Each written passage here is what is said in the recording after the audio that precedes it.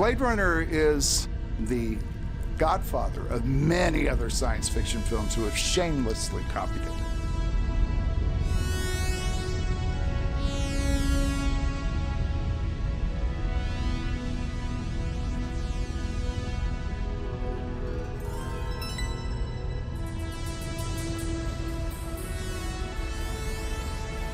The notion of Blade Runner as science fiction, I think, is less and less true.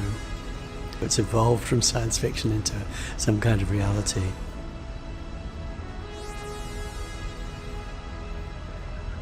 People see Blade Runner as this dystopian space with rain falling all the time and giant ads. But I think Blade Runner got it exactly right. Honestly, the tone of Blade Runner, you could walk out into the street in Los Angeles. Blade Runner 2019 is Los Angeles 2019.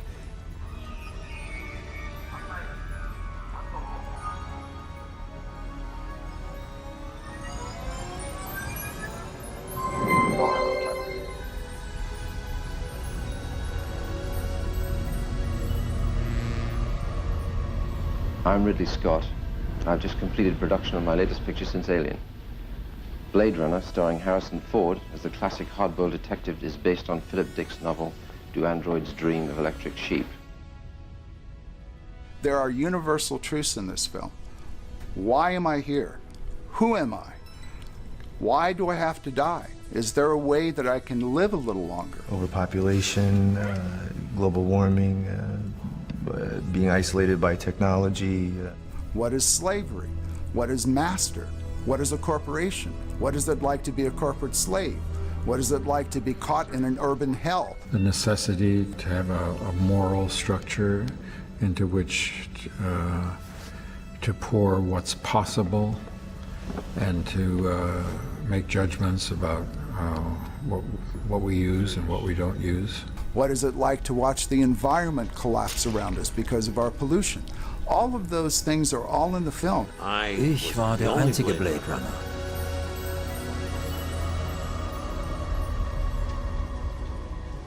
And this thing really worked. This became a symbol of, you show these to anybody that's ever seen the movie and they immediately know what you're talking about.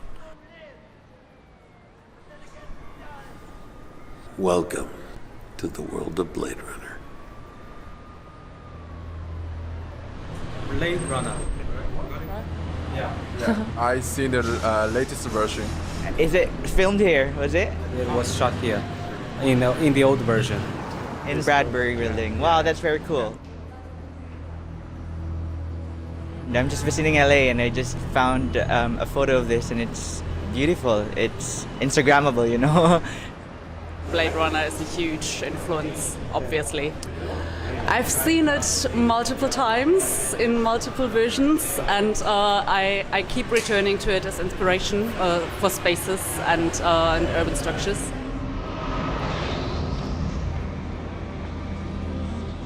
It's an influential movie for architects in general. I really don't know much about it. It's one of those things where I think it's a claim to fame, but nobody really knows what Blade Runner is even about, you know? I just recall it being very dark and very sad and kind of the end of the world feeling.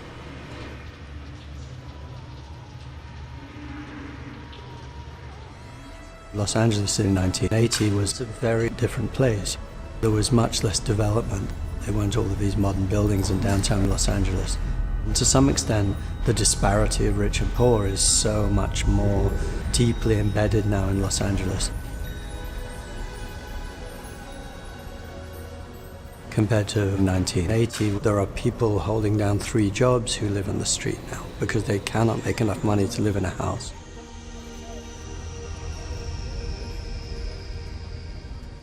That's kind of the reality. There's no connection whatsoever between those people who live in houses and those people that don't.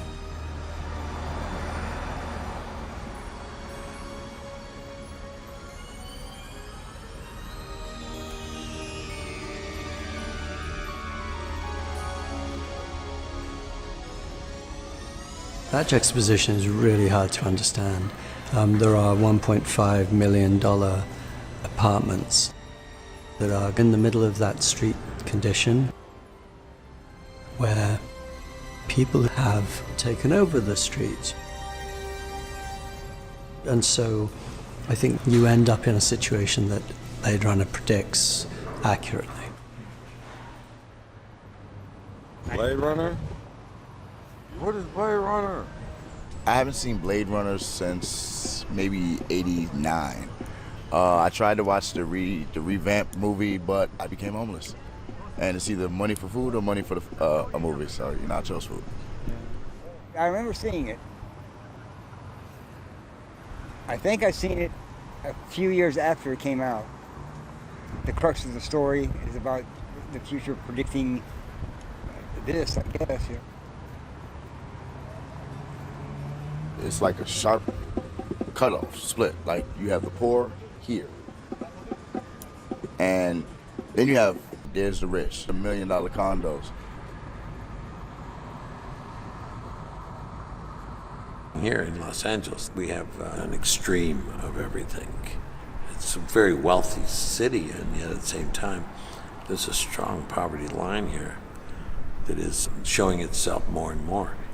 I don't know if you've seen the homelessness. It's everywhere. I mean, it's really very intense. And it looked like Blade Runner.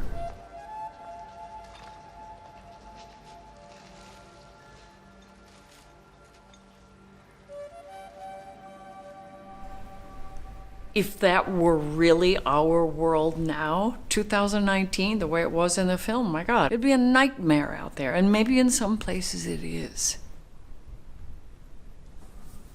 Ja, was erzählt Blade Runner? Wir haben da erstmal den klassischen Plot, nämlich eine Detektivgeschichte und eine Liebesgeschichte, die zusammenkommen. Und das Ganze spielt in einer gar nicht so fernen Zukunft.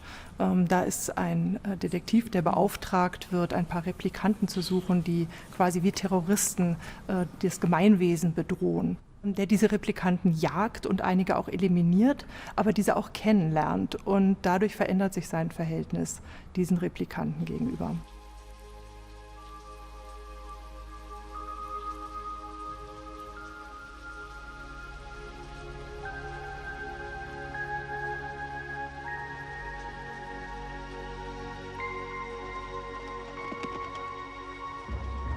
When we set out to do this film, we decided to there was a taboo word, but I may as well use the taboo word. The word was android. And what is an android? Okay, an android is a synthetic human being. And do they have feelings? And do they dream? And what do they dream of that's different from what we would dream of? An android may actually be flesh and blood, genetically structured, okay? So we simply decided to not use the word because it's been overused and misused. And so we developed our own word, which is the word replicant. And the question posed in Blade Runner is this mystery of what it means to be human. The phenomenon about Blade Runner is that the significance of replicants taking over as the workforce. We're in a time now where replicants take over all the jobs, and it was basically predicted then already. You go to Amazon and the people that are packing all the stuff are robots. Nun ist es eigentlich auffällig, seit den 80er Jahren, seit Blade Runner, gibt es im Grunde nur noch Dystopien. Das heißt, unser Bild der Zukunft ist offensichtlich recht negativ. I love to work with illustrators and storyboard artists and really the best production designers I can lay my hands on, because that's where the fun is. And that's when you start firing off an idea and then they fire back. Sid is this wonderful combination of artist and practitioner and sociologist. He can talk for hours about the logic of urban planning, urban decay, and sociological decay and disorder. And this guy's got his finger on what could happen and where it's liable to go. Im Abspann gibt es einen ganz besonderen Credit, nämlich den Visual Futurist Sid Mead, der die Vision dieser Stadt eigentlich entworfen hat, der wunderbare Zeichnungen angefertigt hat, die die ganze Tonlage des Films eigentlich vorgeben. I had a meeting with Ridley Scott, and the first thing Ridley said to me was, he said, this is not going to be clean and white and pure. Weiß zum Beispiel, das ist die Farbe für die Zukunft in den 70er Jahren. Das ist das Cleane, das Saubere und das zukünftige, die glatten Oberflächen. But for the movie, they wanted something different. Ridley wanted to make a noir science fiction film. The trick to doing the future is that you have to have a recognition trigger so that people watching it know what you're up to. Then they say, oh, that looks sort of familiar with, okay, then they'll buy all the rest. Wenn wir an diesen Film Noir der 40er Jahre gerade denken, 30er, 40er Jahre, das ist natürlich geprägt von Licht und Schatten, vor allem aber von Schatten. Die Räume sind nie ausgeleuchtet. Es gibt immer Ecken, in denen sich etwas verstecken könnte. Und auch die Welt von Blade Runner ist eine sehr düstere. Wir sehen überhaupt kein Sonnenlicht. Wir haben permanent Regen, wir haben Dunkelheit. Und ich glaube, genau dieses Diffuse zeichnet eigentlich den Film Noir aus und ist das, was auch so neu ist für Blade Runner, dass das in einen Science-Fiction reingeholt würde.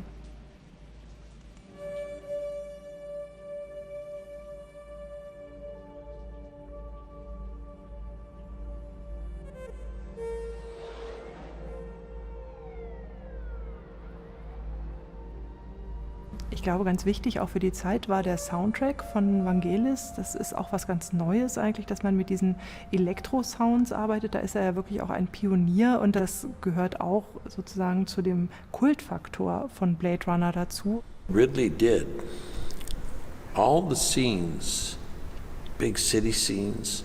He put huge theater speakers on top of the buildings, 15 on each side of the street. Up on top, and blasted this Vangelis music onto the scene. So when he said action, and the spinners started to fly, and all the streets, all the people were moving, you heard the exact sound score, the soundtrack that you were listening to when you were watching the movie, so that everybody was in tune with it. My major treasure. This is the stereo Dolby soundtrack of Vangelis' music, Dolby Tails Out 3M. Vangelis was monumental to the understanding of this movie because it's an audio-visual event. Track 45 left. Stuck. He will sit and watch every frame and cue off a frame, cue off an expression of the actor. He doesn't just lay on score and say, well, that works. He goes through everything. He thinks himself into the film. Give me a hard copy right there.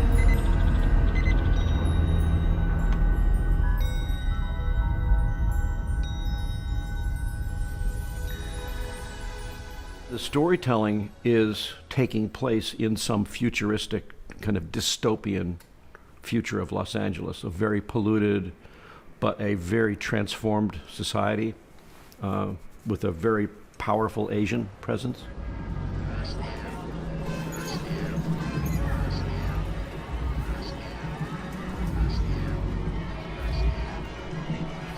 Ridley and we both had that feeling of wanting to really understand the cultural dynamic of the world in 2019. And of course, we did the movie in 1980. There was only one way for the future of Los Angeles to go, and that'd be very, very diverse in its culture.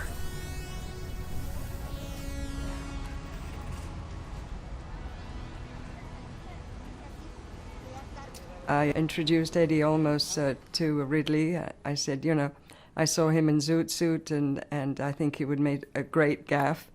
And he auditioned with Ridley and had already formulated his own language. So he was amazing. He already had the blue eyes to show the multi-ethnicity of the character. The guy spoke Hungarian, Japanese, he spoke German, he spoke French, he spoke Vietnamese, he spoke Spanish, English. I ended up creating City Speak, combination of 10 different languages. Got the wrong guy, pal. Lo-fa, Nehojma, Devaja Blade Runner. He say you Blade Runner. The Hungarian stuff is really probably the most memorable. Lo-fost, Nehojmar, Devaja Blade Runner. And it means big horse dick. You are the Blade Runner.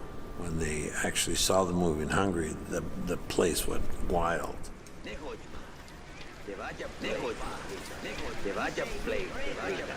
He say you Blade Runner.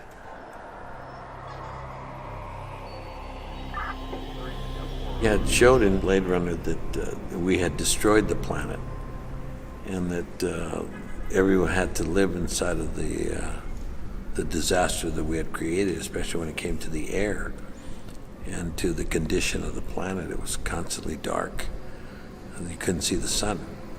And it was honestly raining acid rain. Whatever the backstory is, whether it's a nuclear disaster or global disaster, climate disaster, you end up in a situation that Blade Runner predicts. The heat and extreme climate change and then rising water level, sea level are going to be real. We all live in the kind of fantasy world of it's just a phase, we'll get through it. There's not going to be a optimistic, a future that we are going to sort of live in. There's going to be a future that we survive in. Our children, our children's children are going to be impacted disastrously by our behavior. There's no way out. That's the vision of the future that we told in 1982. It was so revolutionary, and the visuals were so astute and remarkable and unrealized by anybody else but Ridley and Sid Mead. It predicted a future that we're now in with an unbelievable insight. My task was to come up with ideas for the vehicles first, because they would take the longest to create. So we had the spinner, we had the taxi, we had the Sebastian's truck, we had the people's car. I presented Ridley with the ideas of my vehicles in situ, in the ambiance in which they would probably be used in the story, and he liked that very much. And he appreciated the fact that I understood what he was after in terms of this rough, scruffy, glaring visual mood. And so I painted my way into the rest of the movie. So Sid Mead was really a principally important designer of the look of Blade Runner, that kind of hybrid of the old and the new connected to itself, that the old was the lower floors and the new was the upper floors, and seamlessly blending those all together was part of the magic of Blade Runner. The cityscape I did for Blade Runner was essentially a composite of these very tall structures, 3,000 feet, and the pyramid base was really to get in and out of these towers. And maybe 60 floors above the street, you have a interchange lobby, and from there the tower goes up.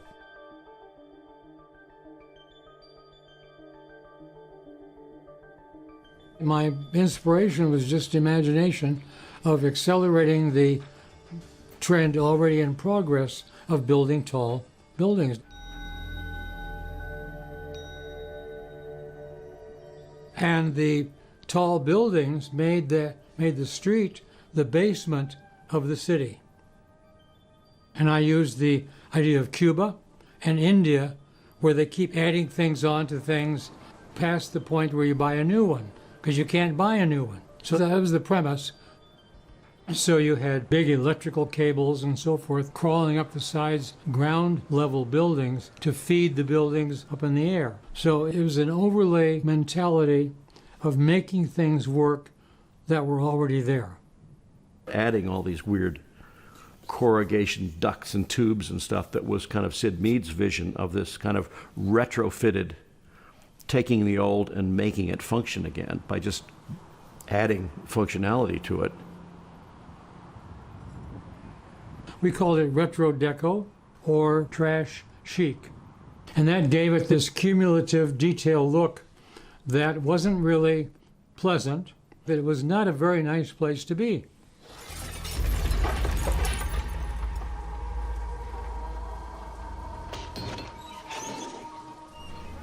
Nach 82 konnte keiner mehr so Science-Fiction-Filme drehen wie vorher. Keiner konnte plötzlich mehr zu diesen völlig überstrahlten, hellen, glücklichen Zeiten zurückkehren, sondern wir waren jetzt wirklich im düsteren Science-Fiction-Dystopie-Universum angekommen und das wurde vielfach zitiert. Also denken wir an Filme wie Dark City oder so. Es wird immer noch düsterer. Wir haben aber natürlich auch das fliegende Auto und ich meine, das ist einfach ein Meilenstein. Bei Blade Runner sind es diese fantastischen Spinner-Fahrzeuge, die natürlich bis heute letztlich auch die Autoindustrie beeinflussen. Well, the Spinner is a helicopter. It was an innovative way of thinking of a vehicle that could be flown in the air, driven on the street, and you could see all around, give you 360-degree visibility, pretty much. And it's now a reference I use over and over again for something that seemed to be impossible in the film. You know, flying cars, right? We're 5 years away from flying cars existing. You know, one of the huge issues is how do you intersect the old world and the new world? I envision a time when your car will tell other cars in the system that this car is being driven by a human, so be very, very careful. I'm serious. Self-driving cars that are miraculous in some way, and then suddenly something happens and some glitch and the switches happen and the software goes bad and suddenly you're dead. It's a weird world.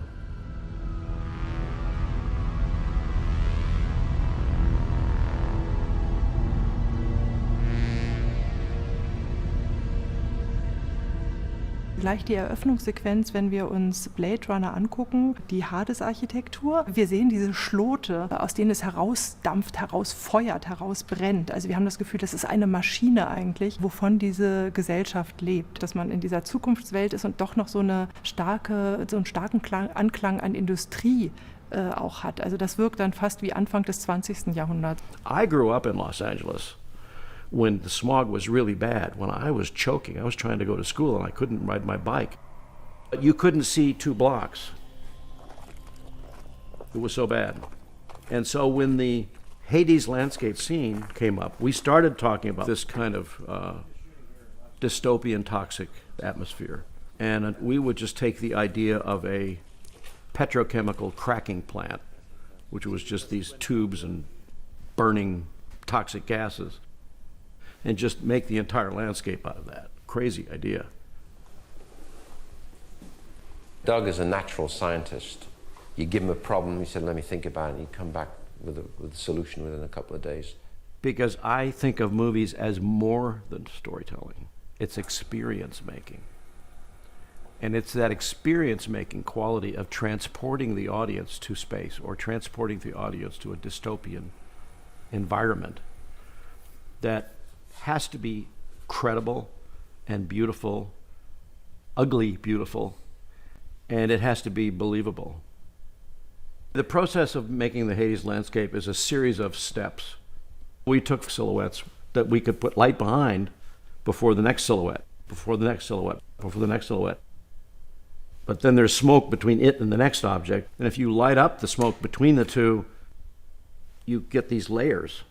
That's a very old theatrical idea, what we call forced perspective. We could take that idea and apply it to this landscape and make it look like it's miles in the distance.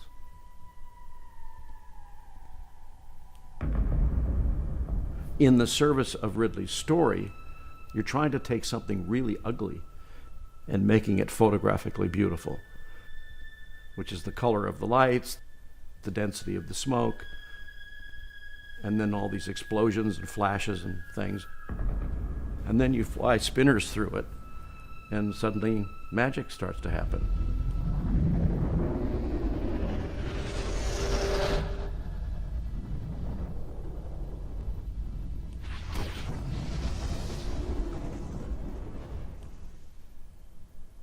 Ridley Scott's visual inspirations for Blade Runner were numerous, but they were certainly buttressed by Fritz Lang's masterpiece, Metropolis, which still is an incredible achievement, and in a sense was the film that, in its way, set up Blade Runner, because you've never seen a Metropolis like a Metropolis. There's a big reference to it, yes. Ridley Scott studied Metropolis in great detail. It's really interesting to watch and know Blade Runner and then look at Metropolis again. Es fängt natürlich an bei der vertikalen Stadt, bei den Hochhäusern und auch in der Mitte dieses zentrale Gebäude, bei Metropolis der Turm zu Babel, und bei Blade Runner ist es eben dieses Tyrell Corporation Gebäude, was aussieht wie eine Pyramide.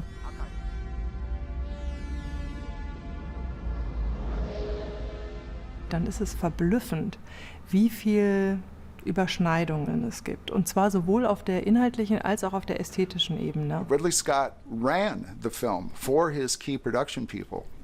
During pre-production he goes, like that, like that, like that. So that's okay. It's an honor, but it's part of the development of the cinematic art form is to learn from previous successes. Metropolis ist ja ganz stark von der Struktur in Ober- und Unterstadt definiert. Wir haben also die Oberstadt der Herrschenden und die Unterstadt der Arbeiter. In Blade Runner vermischen sich diese Ebenen, aber es gibt natürlich trotzdem immer noch den Turm nach oben und die Hochhäuser nach oben, und oben sind die Chefetagen. Und wir sehen den Lenker dieser Firma, und das ist dann jeweils ein riesiges Büro mit großem Panoramafenster. Das ist nämlich die Herrschergeste, die wir dort haben, mit dem Blick über die Stadt.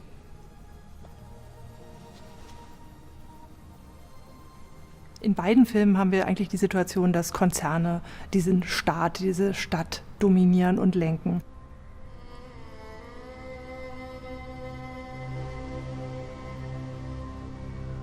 Eine andere Parallele in beiden Filmen sind die Scheinwerfer. Im Grunde wie Flakscheinwerfer. Die wandern dann über die Gebäude, über die Häuser. Das ist die Art von Licht in der Nacht. Und das hat natürlich auch wieder ganz stark was von Geheimpolizei, von Überwachung. Und diese Art von Scheinwerferkegeln, die finden wir in Blade Runner auch wieder.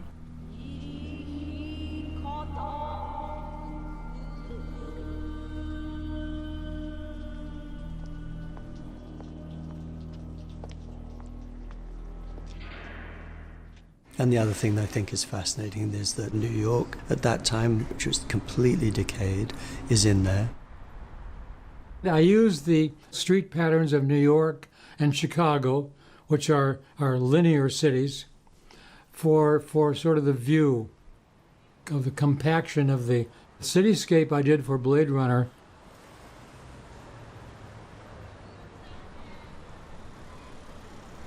Fritz Lang wurde ganz stark für Metropolis durch seinen Eindruck in New York inspiriert, als er da das erste Mal die Hochhäuser gesehen hat. Und insbesondere an der Wall Street hat er auch Fotos aufgenommen und hat dann Kettelhut und Hunte gebeten, baut mir eine Stadt, die aussieht wie im Grunde New York. Erich Kettelhut und Otto Hunte kreieren einen sensationellen Look, und zwar mit verschiedensten Techniken, zum Teil mit Matte Paintings, zum Teil mit Modellen, zum Teil mit riesigen Bauten. Und auch das etwas, was man dann bei Blade Runner wiederfindet, auch da mit Modellen. Und diese pyramidale Form, das ist nämlich der Tyrell Tower. Und auch Sid Mead hat natürlich zum Teil mit Entwürfen ähnlich wie Matte Paintings gearbeitet, um so bestimmte Stadtkulissen erstehen zu lassen. Man muss ja immer wieder sagen, Metropolis war damals ein Flop. Der Film ist erstmal total durchgefallen.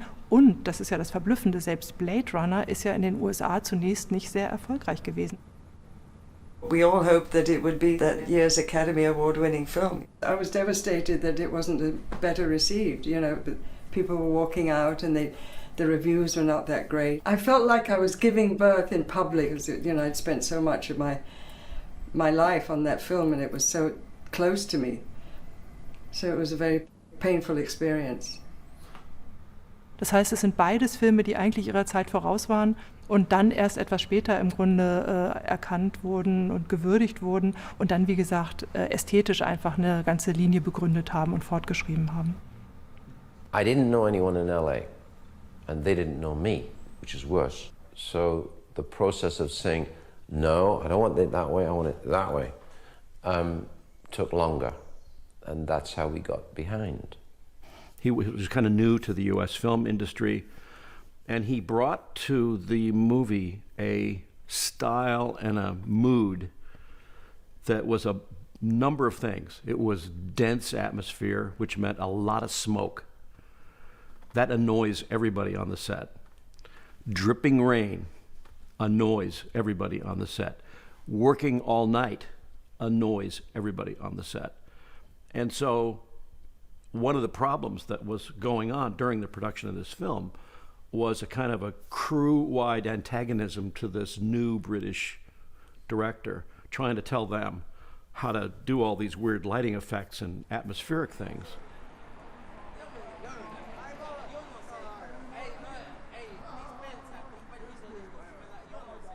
These Americans who were witnessing this young British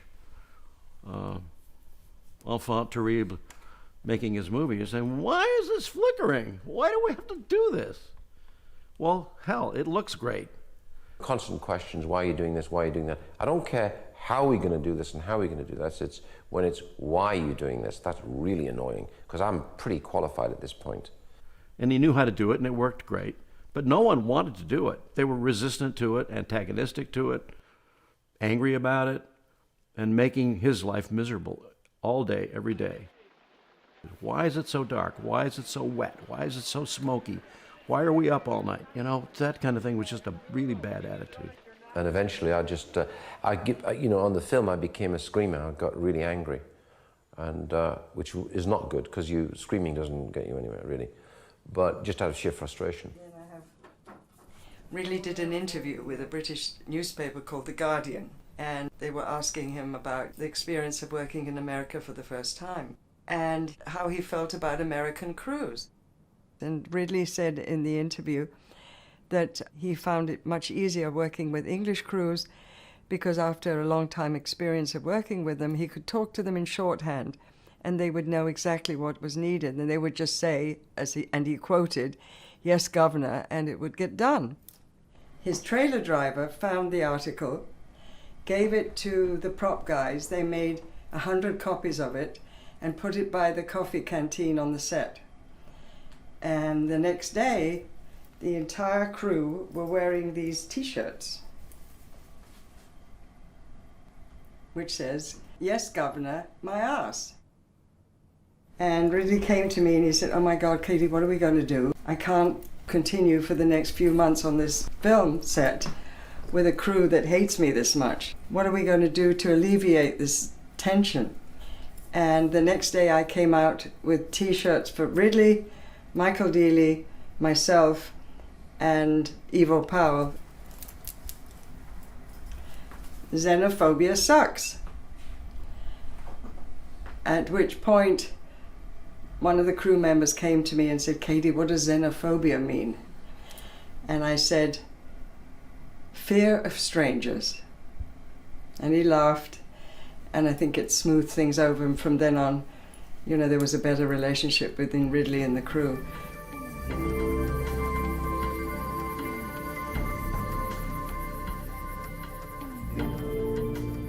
On all his prior movies, which included The Duelist and Alien, that were shot in England, Ridley Scott was always the camera operator. So he was always used to seeing, his actors perform through the viewfinder. When he came to Hollywood, he was met with the unfortunate situation that the guilds, especially the Directors Guild and the Cinematographers Guild, wouldn't allow the director to operate the camera. So this was the only way he could do it here in LA. Ridley watched the actors performing on video assist so that he could see exactly what was happening as if through the eye of the camera. It caused a major rift between Harrison and Ridley, because Harrison, who had been so used to working with directors that were very hands-on, like Spielberg and Lucas, all of a sudden the director wasn't there to give him guidance, or at least to appreciate or confirm that he was doing it right. That created a really strong distance between them. I'm not one given then to spending a lot of time on explanation and stroking, right? I've got too much to do, you know, to get what I want, because I have a performance as well. I'd spent a year with Blade Runner. I knew it inside out. And all that Harrison had to do was trust me. But Harrison's not used to working that way. Their relationship during the filming of the original was very tense. They simply did not click.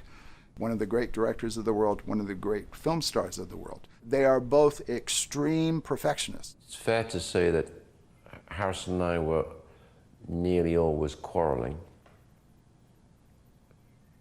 And I think I lay that down partly at my feet, partly to do with the fact that I think I was so used to getting my own way. There was a period of time when they were not happy with each other, but within a year, by 1983, they were on friendly terms again. And I think he was awfully good in the movie. And I still think he doesn't talk about it, which is a great pity, because I still believe it's one of his best films. Harrison Ford, the man who is out to track down the replicants, is in fact a replicant himself. That's not immediately apparent, but that's what makes the movie work. Harrison Ford, who really didn't like that idea. He was not a big fan of him being a replicant because he says, I never played it like a replicant. There was a bit of contest between Ridley and I over whether or not Deckard, the character I played, was a replicant or not, and Ridley preserved his options, and he did at the end indicate with one little bit of origami that Deckard may in fact be a replicant. For myself, I felt that it was important for the audience to have a human representation on screen that they could identify with. So I resisted the idea of being a replicant, I suppose, as a replicant would. Ridley said, that's why we didn't tell you, because we didn't want you to play a replicant, we wanted you to play Deckard. Ridley wanted to have all these different sides to Harrison. That he would look like a decent guy, that he would look like a terrible guy, a user, a loser. He wanted Harrison to look like a coward. Does try to exploit me. Who do I go to about it? Me? You're a dedicated man. Try me. Die Figur von Harrison Ford ist sicher sehr interessant. Sie war für das Publikum damals garantiert überraschend, wenn nicht verstörend.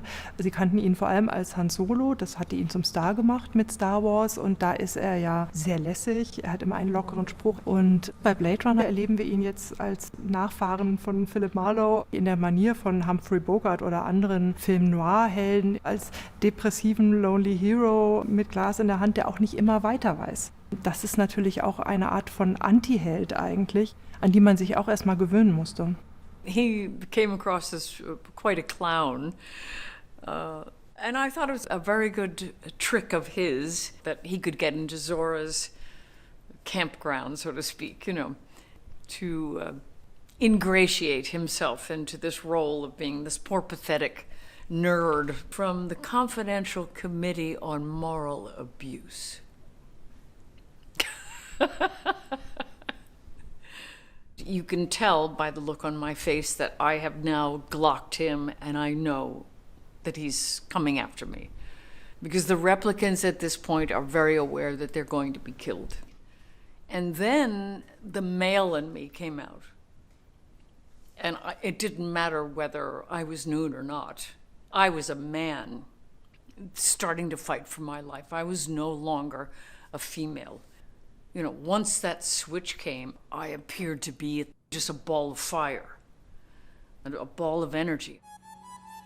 She's running for her life. She's reaching for every single second that she has left, and you can feel the breath going out of me. You can feel the end of my life. So you root for her. That's very sad. To kill replicants like that, what a horrible job. You know, to get paid to go out and shoot people because they're replicants, they're off-world, so what? They're just trying to live.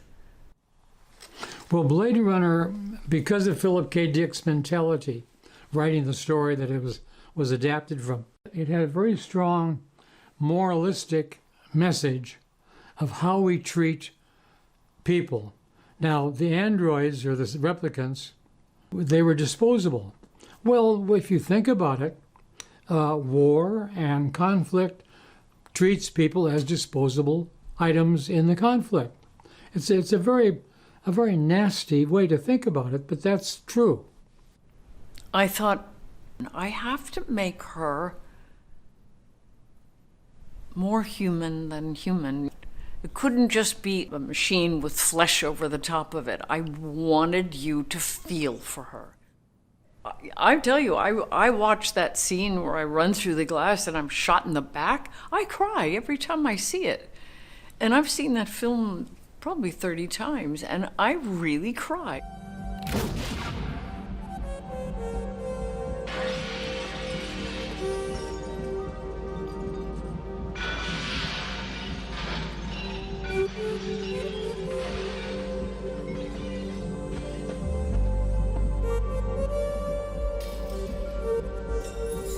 Beide Frauen, sowohl Zora als auch Pris, werden im Film brutal gemordet. Es dauert relativ lange, bis sie tot sind. Und auch dieses Schicksal ist ja der Maschinen-Maria widerfahren.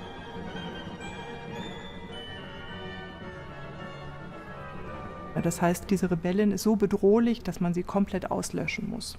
Und da muss man sagen, in beiden Filmen sind die Frauenfiguren eigentlich reine Männerprojektionen. Das ist ja fast erschreckend. Wir haben aber jedes Mal die Frauen auch wie ein Doppelgängerpaar. Wir haben die gute Maria und die böse Maria.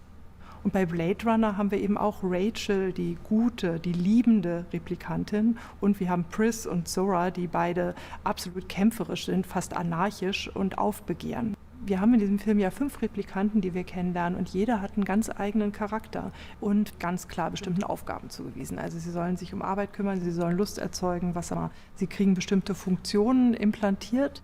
Das heißt, sie können ihre Arbeit vermutlich besser machen, wenn sie etwas mehr Bewusstsein haben. Aber sie sollen natürlich weiterhin in dieser Sklavenposition verharren. Es ist eigentlich eine klassische KI-Diskussion, die man da hat. Wie viel Bewusstsein billigt man diesen Replikanten, also genetischen Replikationen, denn zu? Das ist eine Frage, die wir heute natürlich noch genauso haben. We live in this idea of a Victorian industrial society where human labor is the cheapest way to build something, to get something done. That's not true anymore. The machines are much cheaper than the humans, and they're capable of all the same tasks and better. So Ridley Scott in particular has had a fear of the takeover of AIs for some time. And this is not anything that he just came to recently. He's been doing this for decades. If every truck that's driven in the world is autonomous, there's a large labor pool that is replaced. You know, you could see that in Blade Runner, is that actually there's no real work for people. You know, people are living on the street because you don't need people for that society to exist, perhaps. It's not really a labor force anymore. There's this company here in Boston called Boston Dynamics, and there's this dog that looks like a dog, behaves like a dog, follows you like a dog. And it's really weird. We're getting there really fast. Autonomous technology, it becomes a co-relation with the human. Personally, I don't think about the dystopia of AI, you know, fighting back, but I do think that we have to change the way that we behave, and the social construct is going to change dramatically. We have to adapt, as opposed to the technology having to adapt. Our computers are getting smarter. Our brains are not. We're relying on these machines to think for us and make our decisions, etc. And that, to me, is dystopian in itself. The idea of a machine thinking and being superior to the creator is very old. Well, we've done it with animals. Remember the clone sheep? And even in Blade Runner, Tyrell, when he's talking to Batty, He says, well, we tried, and what happens is that we get into a loop that destroys itself, and so 4 years is all you've got. You were made as well as we could make you, but not to last. The light that burns twice as bright burns half as long, and you have burned so very, very brightly, Roy. I think in the future, if we can make new versions of ourselves, of course, nature's been doing that for millions of years. We're just speeding it up, and we don't know yet whether that's a good idea or a bad idea. We don't know. Oh, you better pay attention when that unicorn image comes up. It placed this, which is a unicorn, which is an indicator of what Deckard's dream was all about. And he looks at the thing and he looks at Rachel, and then the doors close. And that's how the movie was supposed to end. And it was the realization, Deckard and the audience realized at that precise moment that Deckard was a replicant, and that I was the only Blade Runner, and that I was coming after him. And I left the little unicorn.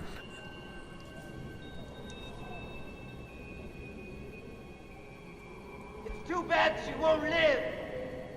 But then again, who does?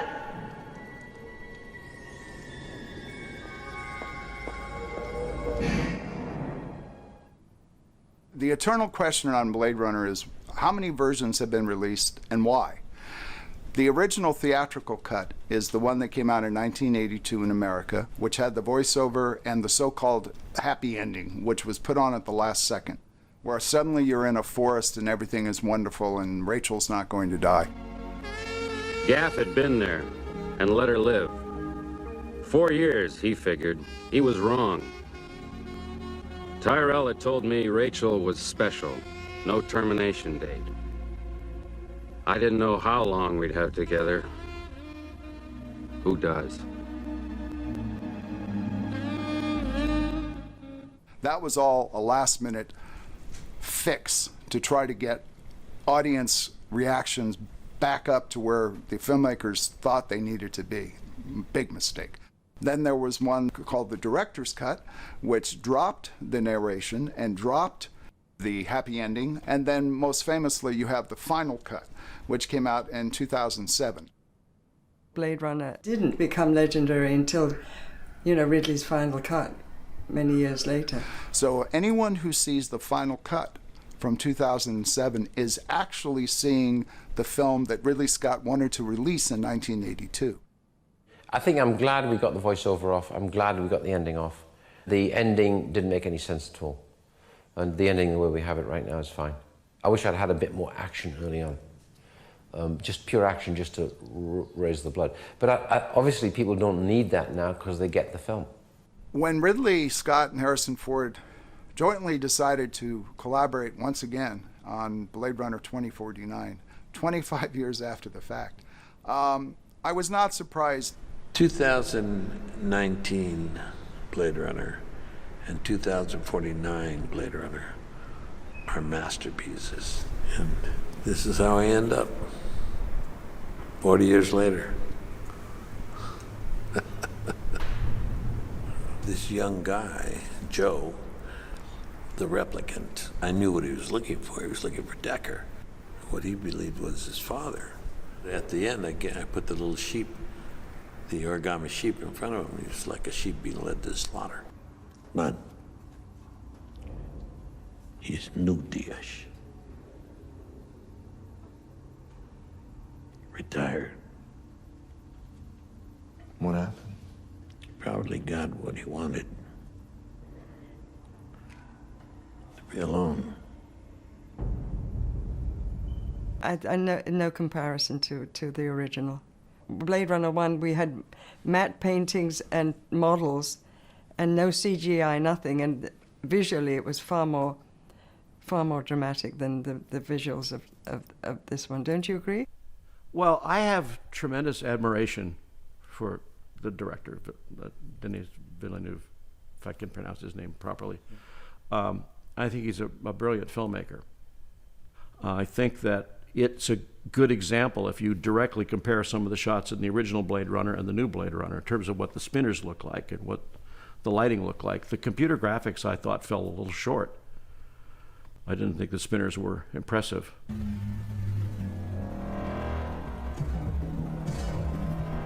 There's kind of a drab grayness to everything as a choice. They had a whole city back there for the sequel, and then they kept making the atmosphere denser and denser and denser in iterations on the shots, to the point where what's in the movie, there's no city at all.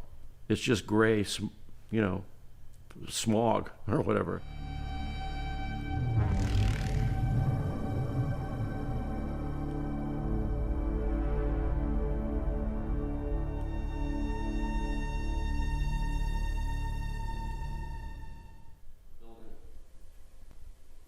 As dystopian and abysmally grim that world is, it has its own allure. You can almost smell it, or that pollution and that wetness and that darkness and the violence of it all, and the oeuvre of the whole thing is so profound, and it has its own beauty.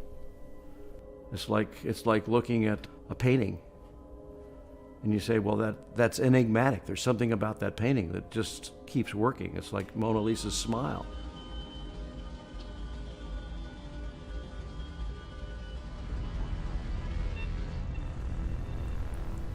There are very few films that come together like this one. It just wasn't seen initially, and now there will be waves of it, but it will never die. This film will never die, ever.